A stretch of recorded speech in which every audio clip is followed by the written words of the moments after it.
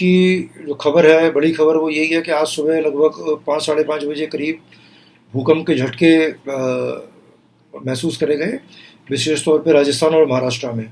महाराष्ट्र में भी नागपुर और जयपुर में ज़्यादा तेज झटकों की खबर आ रही है।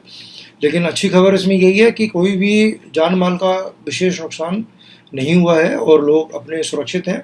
लेकिन ये भूकंप के झटके समय समय पे चेतावनी देते रहते हैं अपनी तरफ से, और कि मनुष्य को जो है वो प्रकृति के साथ खिलवाड़ अपना थोड़ा कम करना चाहिए। प्रकृति का जो विद्वान है उस पर थोड़ा काबू रखें। तो टेक्नोलॉजी के क्षेत्र में एक बड़ी खबर है कि भारत जो विमान बनाने की दिशा में एक फ्रांसीसी कंपनी एयरबस से एक समझौता करा है, जिसके तहत एयरबस और टाटा की एक संयुक्त उपक्रम गुजरात में बनाया गया है। और यह संयुक्त उपक्रम जो है वो भारत के अंदर ही विमानों का निर्माण करेगा सेना के लिए, वायुसेना के लिए।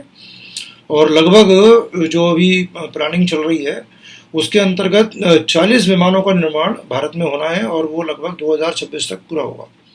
तो जो टाटा और एयरबस के प्लांट हैं हैदराबाद में और नागपुर में, वहाँ पे लगभग जो इस विमान के सारे उपकरण बनाए जाएंगे और वहाँ से वो असेंबली होने के लिए गुजरात में बड़ोदरा में ट्रांसफ़र होंगे। बड़ोदरा में जो ये प्लांट है वहाँ विमान तैयार होंगे। और अभी जो समझौते के तहत जो 56 विमानों की डील हुई है एयरबस के साथ, उसमें से 16 विमान फ्रांस से रेडी टू फ्लाई कंडीशन में आएंगे और जिसकी डिलीवरी अभी इसी साल से शुरू हो जाएगी। सितंबर से लगभग पहला विमान आना शुरू होगा। 16 विमान इस तरह से फ्रांस से आने हैं और 40 विमानों का निर्माण इंडिया में होगा, जिसके अंतर्गत 90% टेक्नोलॉजी का ट्रांसफ़र एयरबस भारतीय कंपनी को करेगी। आगे से उन सारे विमानों का जो रखरखाव है और जो और नए निर्माण की तरफ भारत का ये पहला कदम होगा। अभी तक जो विदेशी कंपनियां ही इस क्षेत्र में रही हैं सारी, जैसे आपने बोइंग का नाम सुना होगा, एयरबस का नाम पहले भी सुना होगा। तो ये एक विमान निर्माण की तरफ भारत का अपना कदम, बढ़ता कदम, अच्छा कदम माना जाएगा।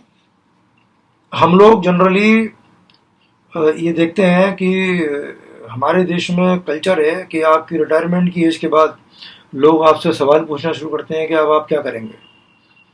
तो जनरली 58 साल 60 साल के बाद आदमी अपने आप को रिटायर मान लेता है और वो सोचता है कि अब वो कुछ करने में सक्षम नहीं है। ऐसे लोगों के लिए एक प्रेरणा है कि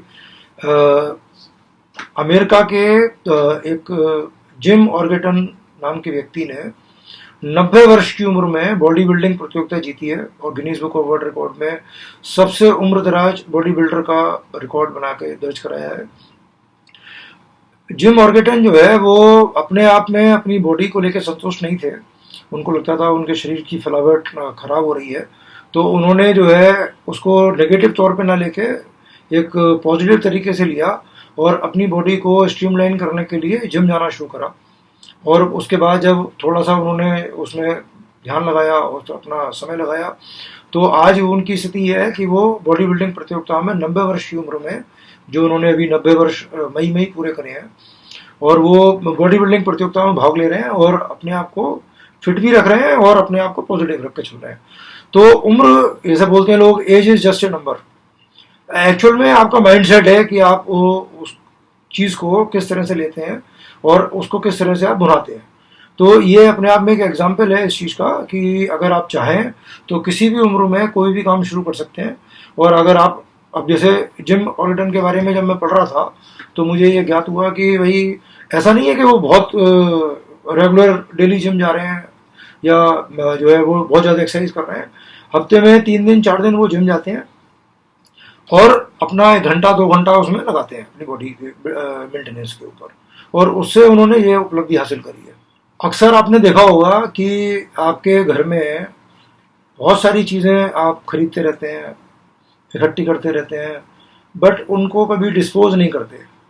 तो वो ऐसी चीज़ें जो आप एकत्रित करते रहते हैं, तो वो आपके ऊपर, आपके घर में जगह घेरती रहती हैं और घर को क्लटर करती रहेंगी।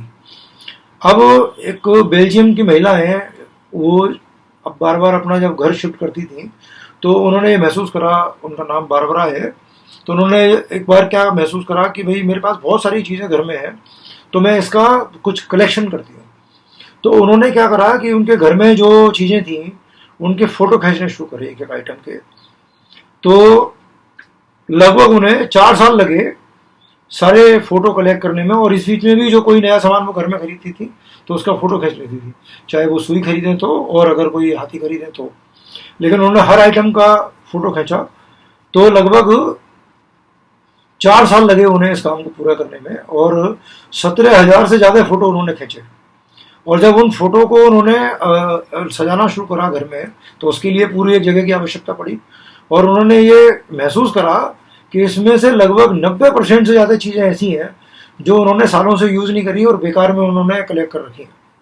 तो फिर उन्होंने ये निर्णय लिया कि भाई हम इसे डिस्पोज करें। कई बार ऐसा होता है ज़िंदगी में, हम बहुत सारी चीज़ों का बोझ अपने दिमाग पे, अपने आसपास की जगह पे बना कर रखते रहते हैं, इकट्ठा करते रहते हैं, जिनका हम कोई उपयोग नहीं करते, और वो बल्कि कई बार हमें नकारात्मक चीज़ों की तरफ ले जाता है। तो ऐसा अवलोकन अगर हम करते हैं तो कई बार अच्छे परिणाम निकल के आते हैं उसके, और हम ऐसे जो बोझ है, जो या ऐसी जो अनुपयोगी वस्तुएं हमारे आसपास इकट्ठी हो गई हैं, उनसे हम मुक्ति पा सकते हैं और आराम से एक लाइट मोड में आगे जीवन में प्रोग्रेस कर सकते हैं, आगे बढ़ सकते हैं। QS best student cities ranking ने अपना 11वां एडिशन लॉन्च करा है, और उसके हिसाब से जो विश्व के 200 बड़े शहरों में भारत के 4 महानगर शामिल हुए हैं, जिसमें दिल्ली, मुंबई और आपका बेंगलोर और चेन्नई शामिल है।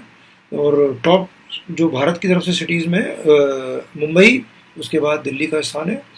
और यहाँ की यूनिवर्सिटीज़ को अफोर्डेबिलिटी रैंक में 100 में जगह मिली है, और जो पढ़ाई का स्तर के हिसाब से 200 रैंक में भारत के 4 शहर हैं।